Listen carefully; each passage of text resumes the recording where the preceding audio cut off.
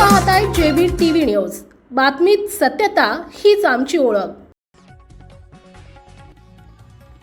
सकाळच्या पहिल्या सत्रामध्ये अनेक मतदान केंद्रावरती यंत्रांमध्ये बिघाड। धुळे शहरात 70 जागांसाठी मतदानात प्रक्रिया सुरू झालेली आहे।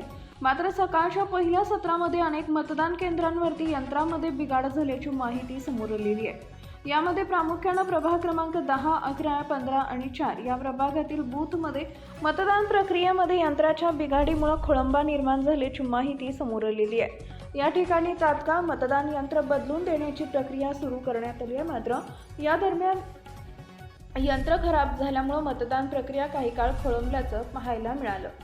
धुळे महापालिकेतील 19 प्रभागातील 74 जागांसाठी निवडणूक पार पडत असून 74 पैकी 4 जागा बिनविरोध, 70 जागांसाठी आज मतदानाची प्रक्रिया पार पडते आहे। सुमारे 70 जागांसाठी तब्बल 316 उमेदवार निवडणुकीच्या रिंगणात आहेत। तसेच धुळे शहरातील 507 केंद्रांवर मतदान पार पडणार असून 50 केंद्र अतिरिक्त मतदान केंद्र 4,30,000 एवढे मतदार मतदानाचा हक्क बजावणार आहेत। भारतीय जनता पार्टीनं ही स्वतंत्र निवडणूक लढवत असून शिंदेची सेना आणि राष्ट्रवादीची युती झाली आहे, तर महाविकास आघाडी MIM त्याचबरोबर पक्ष या निवडणुकीच्या रिंगणात उतरले आहेत।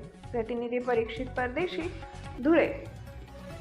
आपल्या परिसरातील महत्त्वाच्या बातम्या पाहण्यासाठी आजच आमच्या जेबी टीव्ही न्यूज चॅनलला YouTube वर सबस्क्राइब करा आणि बेल आयकॉन प्रेस करा।